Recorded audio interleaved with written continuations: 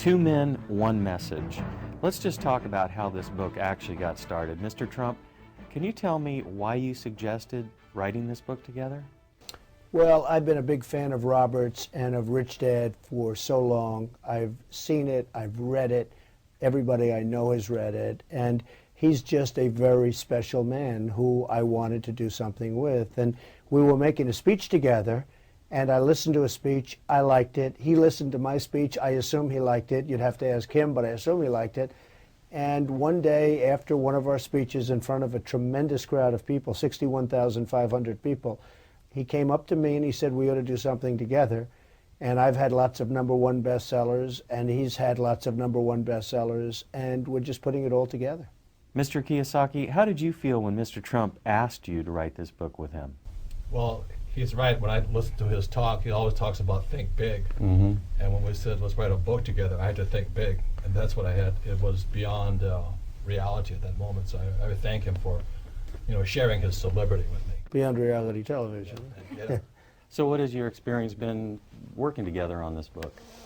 Well, I just love this man, and his wife, Kim, is amazing, and she's done her own book and books, and they're also really good. In fact, I read it and endorsed it, so I wouldn't endorse it unless I felt the same way. And it's just become a very special relationship, and it's a very easy relationship. It's not like, oh, gee, it's difficult, or it's just a very easy relationship. We think the same way.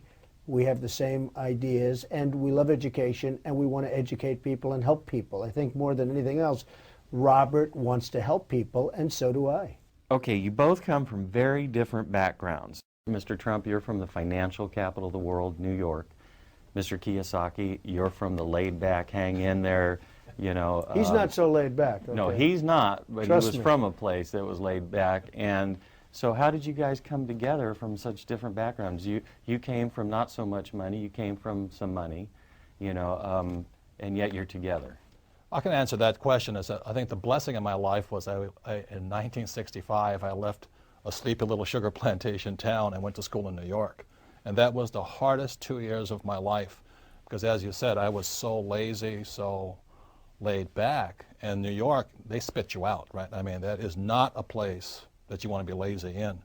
But after the second year, I started to love New York City, and that's why I think we see eye to eye on many things today, is because New York really changed me. I could never go back to Hawaii again. New York is the most special place on earth. I think that's the answer. It is a financial capital of the world. Well, New York City has a great energy, and a lot of people are energized by coming to New York. They get off a plane and they're not so great, and all of a sudden they become these energetic people. That's so true. And it does have an amazing influence on people, as it did with Robert. Now, Robert's coming to New York, and I'm going to Hawaii because I'm going to build a big building in Honolulu. But New York is a great place. Mr. Trump, are you afraid of failing? I'm not afraid of failing. Life, you look and you turn on the newscasts every night and you see thousands of people killed in earthquakes and tsunamis and hurricanes and all of the problems and wars that we shouldn't even be in, and lots of different things. And when you see all of the problems in the world, what is there to be afraid of? Mm-hmm. It doesn't matter. To a certain extent, it all doesn't matter. My answer to that is, I think what we have in common also is we both went to military schools. Yeah. And military school is about discipline, about being bigger, about following orders, about leading. But what else we have in common is that we both failed. And he lost nearly $1 billion. I lost a lot of money. A lot of money. But it was paper. Yeah, and I lost only lost $1 million. And I think what makes us better is when you wrote your book, The Art of the Deal, I was so impressed. But when you wrote The Art of the Comeback and what it meant to come back from being down so far, and most people are terrified of losing $100, and here you're down $1 billion. Billions. And you come back. And I think that's what we have in common is once you've faced that much what everybody's afraid of, you're not as afraid anymore. I think that's really the difference. And for me personally, it was the best education I could have gotten was to find out where I made all my mistakes and rebuild my company. You wouldn't want to do it again, but No. It was a great education. But when I read Art of the Comeback, I said, this is a big man.